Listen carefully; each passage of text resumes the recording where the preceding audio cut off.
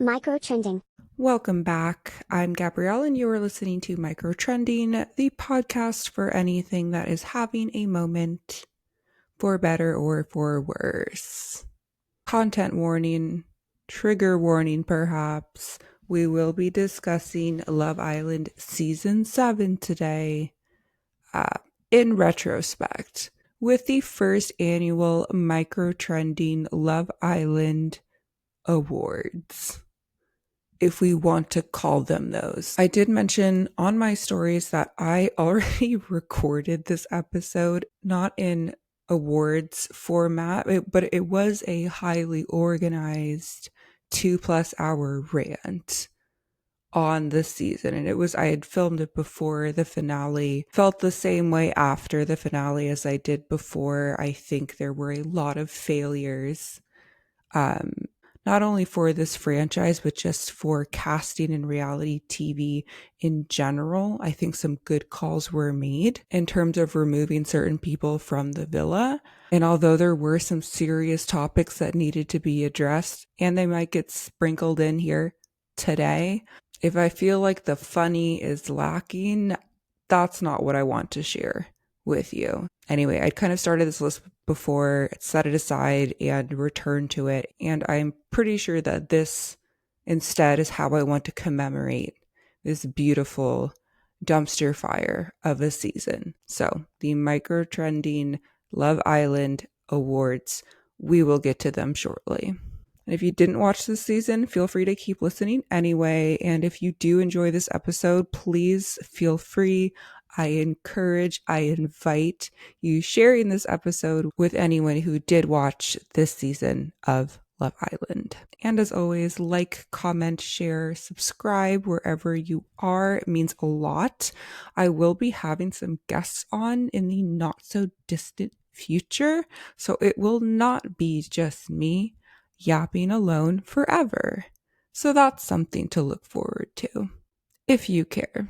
Microtrending. Let's get started with the Microtrending Love Island Awards 2025 Season 7 edition, where we can celebrate some of the best and worst moments and best and worst people that we saw on our screen that this season had to offer. Disclaimer, these are just my opinions, the opinions of one person. The standum fandom has been particularly nasty this time around, so just need to throw that in there. At the top, we have the DW That Sign Won't Stop Me Because I Can't Read award, and that award goes to Huda, who probably can read. I know she can read. And she's a mommy. I really wanted to root for Huda at the beginning. I think I posted after the first episode, like, protect Huda at all costs. And I took that back almost immediately. I do think it is objectively brave to join this show as a single mother, and I don't think that's what we should be judging her on, because there's so much more for us to work with here. But what her fans, her stans, who I think call themselves the Hood Rats, like HUD, what they are calling bravery and emotional vulnerability, we all love that. Being a girl's girl, being that bitch, being unapologetically herself, being messy, being toxic in a relatable way. If we're watching the same show, I would hope that you could also see that that is her being abusive and in need of a BetterHelp brand deal at the end of this, more than any other brand deal. People are saying that they should have pulled her right after the way that she talked to Jeremiah. And I guess as long as we're making cuts, why not, honestly? I think she should have at least gone home in the first half of the season. But as I've mentioned before, stan culture is low-key, high-key a disease. And she had and continues to have an army of equally DW stans who are calling any criticism of her behavior and the way that she moved misogyny. And I have a lot I could say about this contestant and her lack of growth, her grasp or lack thereof on the concept of accountability. But I'm re-recording this episode for a reason. We're keeping it lighthearted. We can perhaps agree to disagree or agree to agree, and we're moving on. But while we're on the topic of Huda, the next award is the Petty LaBelle Award for petty bitches and the men who love them. And that goes to Chris, the Islander she was coupled up with, absolutely for worse at the end of all this. His final date with Huda, ultimately tragic, also sublime. If we are measuring based on drama and just reality TV mess. Not only did he flip these scripts and have Huda break up with him on their final date, very clearly a manipulative move. She is no stranger to these as well. He also sat there with her in the awkwardness of that hired singer doing her most Hail Mary rendition of Moon River. Honestly, one of the saddest but also funniest moments of the entire season. It was so cringe. You want to crawl back inside your body watching it. Not only all that, he left that girl on a rock in the river. Speaking of Moon River. Or the ocean or a pond, wherever they were. He left her on a floating rock. And do I think it's shitty that he left her there completely? Yes. I think he could have at least held her hand. He didn't have to carry her back out the same way that he carried her in there. There could have been some sort of, hey, we're broken up now, we're just friends, we can just hold hands and return to land and apologize to that poor singer. But he did say at first, do you want me to carry you? I don't think people are remembering that point. He offered. And then she was kind of sniffly and she gave some non-answers. And then he was like, I'm not carrying you. And again, I don't know if that was the move or not, but this reminded me so much of one of my favorite scenes on the Love Island season with Megan Fox, not Megan Fox, Chelsea, and the toe guy, Jimmy. He kind of reminded me of the toes from Spy Kids. That was a problematic couple, but there was a moment where they're out on their patio and they're fighting because Jimmy has been hanging out with his female friends. And it was revealed later that there's maybe something a little bit more to that, maybe a reason to be concerned. But Jimmy was like, I feel like you're telling me to take a step back from hanging out with them, but you're not telling me to take a step back. Do you want me to take a step back? And then she's like, yes.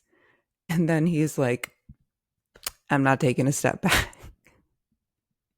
So maybe the fuck you to Huda was in Chris the whole time. Maybe he did not actually intend to carry her if she said yes. But at the end of the day, this is just a couple that shouldn't have been in the Final Four. They should have never made it this far. But at least we got that dinner. And at least now they have 2 Microtrending awards. You're welcome.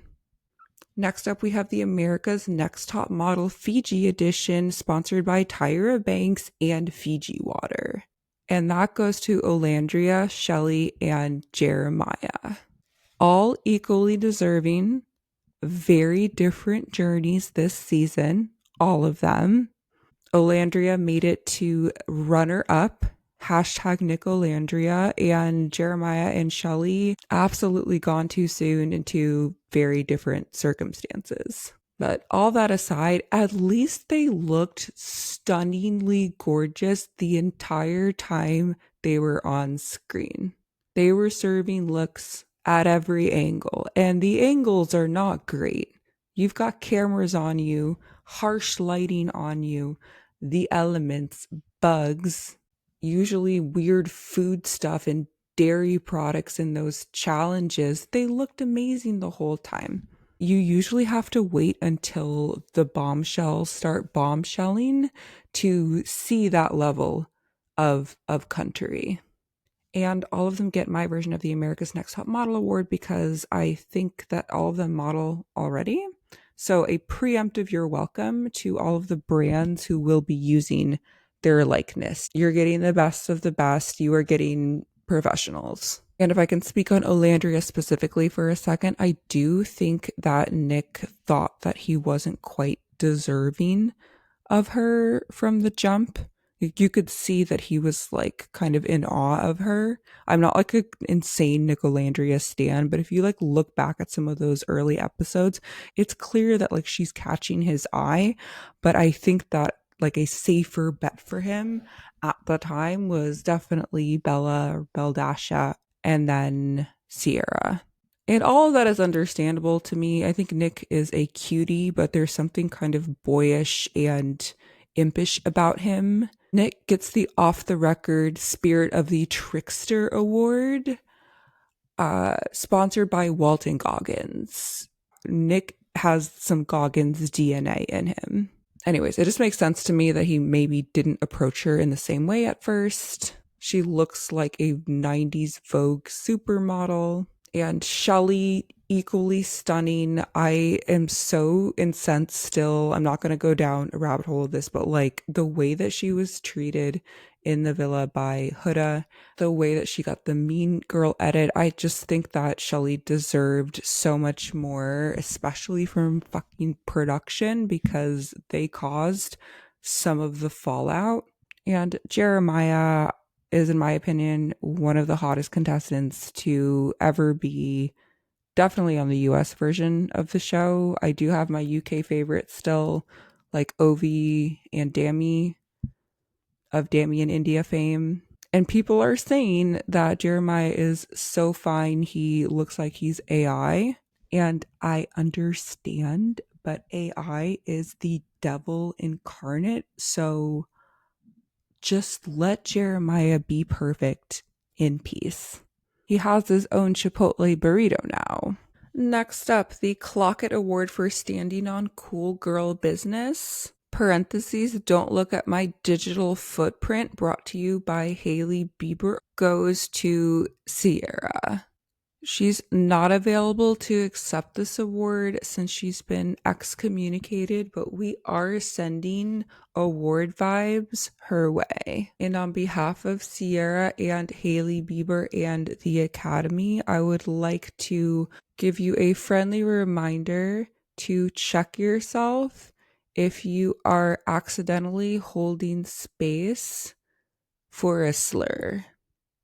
Or if you're best friends with a known racist podcaster that has publicly defended George Zimmerman. Namaste. Next, the Peacock Award for men who would clean up as actual peacocks. And that one, as you might guess, goes to Ace, whose name is Ace. It is right there on his back, tatted, and also all over his multiple studios and everything else that he touches, which also turns to gold. He is one to show off, to peacock, but he's also really into acts of service, which was heartwarming to witness, and that is courtship bird behavior. I think Ace's greatest strength is also his weakness, if I'm being honest. He's hyper aware of his personal brand. Like, how he comes across as an influencer, as a creator, as like a known person now on a totally different platform on national television. And I think also a singularity has been reached between whoever Ace was before all this, who he is in his immediate community, and then what he has become. Ace, the brand, the dance lessons, the empire, basically. And he is a short king, but he did grow on me, I think, throughout the season. He and Shelley deserve to be in the final four more than at least half of the people there that we saw. They had a like very sweet and genuine connection, I think. Even when he was referring to himself in the third person, when he was sharing his like will you be exclusive with me letter or poem or whatever that was, when he was asking Shelley and he was like, who is Ace? And then proceeded to like talk about himself, you know, in classic male fashion, like how Shelley like helps make him a better person, still centering himself in that way.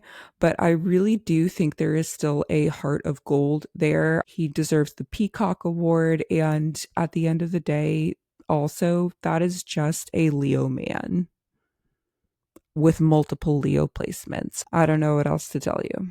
Next, the Maybe It's Wattpad, Maybe It's a Maybelline Lip Combo Award, brought to you by Maybelline, goes to Nicolandria. You all wanted this. I may or may not have been part of wanting this. I actually didn't really see it until later, but now fully 100% support them. And we got it in the end. And Nick has a face that is incapable of hiding a single emotion or an Olandria smooch. I wish them the best, and I think they should get like an additional beauty brand deal as a couple. Let's see that. Next up, the Sorry Chica, This Isn't the Lizzie McGuire Movie Award goes to Hannah. Hannah Banana. Sing to me, Charlie. Sing to me, Pepe. Sing to me, Paolo. Hannah came in with this bright-eyed and bushy-tailed energy that you normally only see with Disney Channel stars right before they go rogue and make their parents less proud. She was bringing a sort of Disney energy to this whole operation. Spiritually, the successor of Kaylor from last season. And what her dreams were made of were bangers and chorizo. And probably finding love. And that's touching. And that's beautiful. But Pepe isn't the only islander eager to backstab. I am so sorry. Next up, the brand manager's new Bestie Award, brought to you by Poppy, goes to Amaya Papaya. If you haven't seen the season, you have likely seen references, at least to Amaya Papaya. Who is she? Well, she is the winning lady of this season, along with her man, Brian, who can have some crumbs of this award too. I actually like Brian a lot. I really love them together. I really do hope that he wasn't just using her to get to the end, but at the end, I will say I buy it, and I do love them together. I hope they stay together, and I wish them the best. But yeah, who is Amaya? She's a sensitive gangsta, in her words. She is not too much, and she is the memeable dream for brands online. Run Amaya another check expeditiously. And then a few more, because you've been using her name and likeness for engagement for a few weeks now. And she said she is donating some of her prize money to a charity. She is an angel, but she is also a human being and a working nurse with some bills to pay. You have 24 hours to stop infantilizing her in the name of keeping your social media community management job. Microtrending. All right, let's keep it moving. The next award is the JD Vance Award for looking like you get told that you look like JD Vance and secretly you enjoy it. And that award goes to TJ. You were just one letter away, buddy. And ultimately, you did have a shot at love because Iris apparently likes guys whose names sound like a baby's first word. If anyone was bringing the finance bro, do you know who my dad is energy to the villa? It was this man. I don't have that much else to add on him except congratulations on your award, because he was honestly as dry as a country club bread and cracker basket. But I did appreciate him at least trying to turn down Huda when she was like struggling to find another connection. That was a really challenging watch, to be honest. She was just not used to being told no. So, TJ, while I do not support you politically, and I don't even know if I support you personally, but thank you, because somebody did have to be that guy in that moment.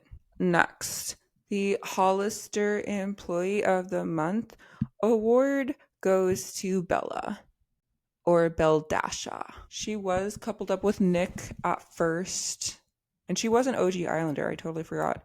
And when they were together, they were very much giving like 2010s catalog, like very Billabong or Hollister.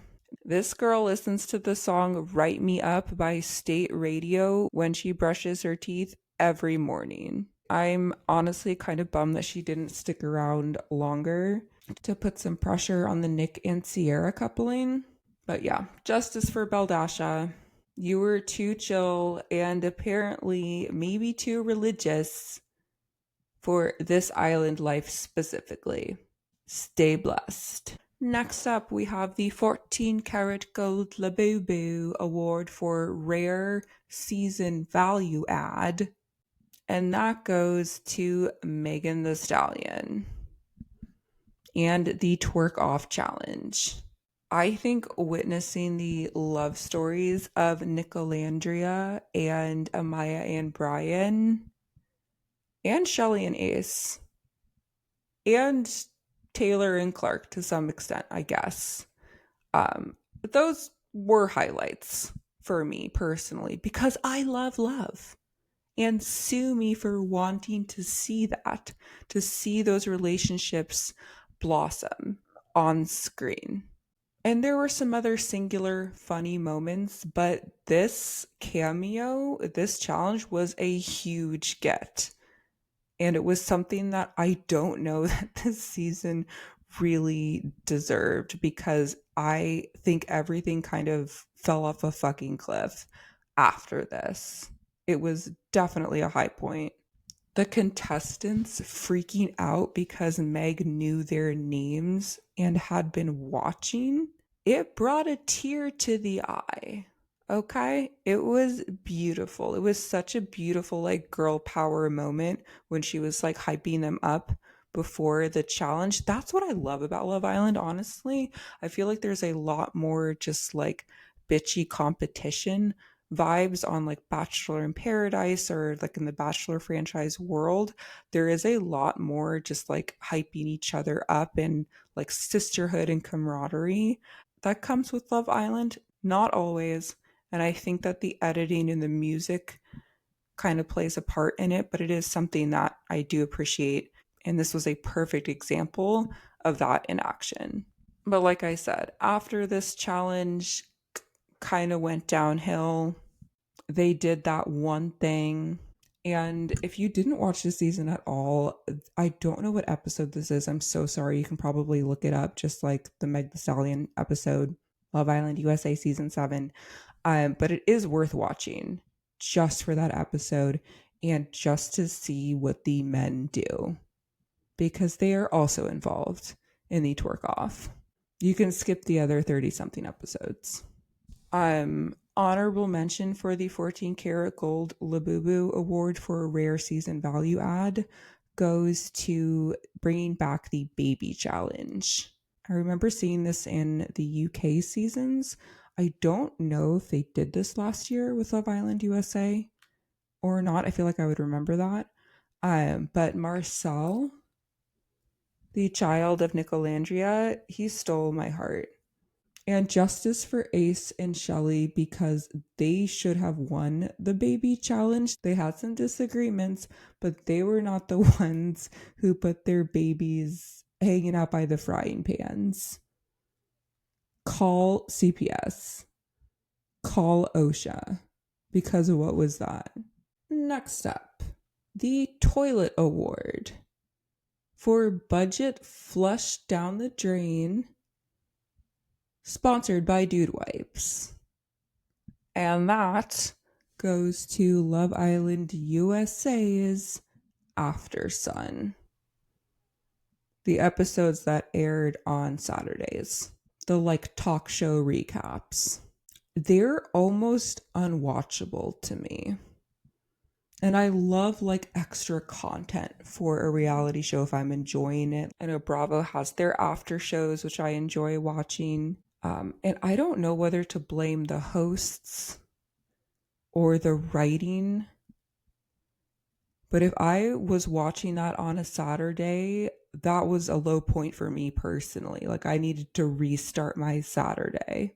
There's something just personality-wise that's kind of jarring to me about Mara Higgins and Sophie Monk, who stepped in. I think Sophie is arguably a little bit more annoying. And the fact that they had on, at least via Zoom, Amy Schumer, of all celebrities, to just talk about their takes on contestants on the Islanders, garbage. Throw it in the trash.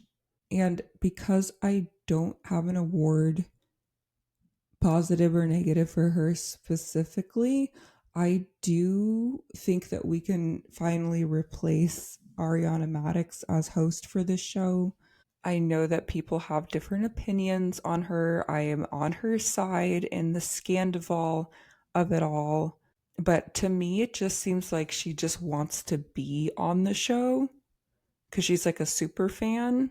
There isn't the baddie, benevolent overlord vibe that Maya Jama, is it Jama or Jama? Pajama. That Maya Jama brings to the UK version. And maybe I was just used to watching the UK ones before, but Ariana is nice to the point of seeming fake to me. And the line reading is just really painfully bad. It's distractingly bad to me to hear her read the lines she's supposed to say. I'm sure that she's a nice person. I'm just not buying it. So she doesn't get a full toilet award, but maybe a toilet paper award. Next up is the Sewage Award for Worse Than Toilet Award, sponsored by the Plumbers Union. And that goes to BuzzFeed and BuzzFeed Tasty. You know what you did to Shelly. I would serve you dog poop for breakfast, given the chance. And some goldfish in case you get fussy. The right people should be getting litigious if they haven't already. And that's all I will say on that. Lastly, we come to the end of our awards. I have to give the Copy Paste Award, sponsored by the fine horses of the Elmer's Glue Factory, to Bachelor in Paradise. I know they're outside of the Love Island USA world, but they seem like they're outside the club and they can't get in. Whatever is going on right now in terms of the new budget and editing. They really thought, if you haven't seen it yet, and I'm not caught up on the second episode, but they really thought that they could take a stacked budget and replicate the magic of Love Island. And there are just so many things wrong. The production value is actually too high. It's weirdly crisp and cinematic when the material simply does not deserve to be shown in that way. And also some of the worst post-production calls in terms of color correction, I'm guessing. Very bizarre zooms and splices and flashbacks. It's just such a departure from whatever was going on for years before. What stands out to me is the complete lack of color. It's more gray than anything else, but this is absolutely fucking Operation Beige in action. I think that is another reason why I've appreciated Love Island, is that it is always a little cuckoo and colorful and usually a little less beige. This shit is extremely beige. And my other note for Bachelor in Paradise is personal. Again, these are just my opinions, but I really don't care for a single person that they've cast for this season. They are some of the most annoying former contestants to me. Again, just my opinion. I know that they bring on people as the show continues, so maybe I'll continue watching. But in general, if I am watching Bachelor in Paradise, it is because I am bored. And I'm a little afraid for the Goldens to hit the beach. Afraid for them. And if there's any crossover flirting. Golden Love Island, however, is probably somewhere that exists. There's probably, a colony of former Floridians who decided to start Golden Love Island somewhere. So good for them. Microtrending. So those are all the awards I have to give out. Thank you for sitting through this extremely official ceremony, and to the Academy. I realized after going through all of this that I did forget Taylor and Clark and Iris and Pepe. So apologies to all of them. I think Taylor and Clark should have stayed longer, personally. There were plenty of people who could have gone home before them. And I know she wasn't a favorite initially, but I do like Clark. She really grew on me too. Her makeup was on point every day. She is a Capricorn queen. I wish the best for her individually. And I actually really did like Taylor initially. I thought he was so funny. I just appreciated his sense of humor in the same way that I loved Olandria's sense of humor. But he really fumbled her, and he did disappoint the Olandria fan base, I have to say. And Iris and Pepe, I don't have a problem with either of them. They just didn't really stand out to me. I don't have an official award for them, but if I had it on me, I would give them a gift card to Sugarfish. I feel like they would like that. And when Pepe definitely eventually visits her, they can go out to Sugarfish and order the Trust Me and have a great time. And then Pepe can serenade her with his guitar. So I had a whole outro recorded, video and audio, and I guess Riverside just didn't want to process it. So anyways, thank you for watching and listening to the Microtrending Love Island Awards inaugural version. If you enjoyed this episode, if you enjoyed Love Island and you have friends who are equally Love Island pilled, feel free to share this episode with them. And as always, you can DM me, you can comment with microtrends that you would like inspected a little bit further. And you can email me at saltlacroix@gmail.com. We really all got through this season together. And when it comes to Love Island, I guess I'll see you next year. And hopefully something else will pop up that will be equally distracting entertainment wise from the horrors of the world. So we're in this together. Again, thanks for watching and listening, and I will see you soon. Bye. Microtrending.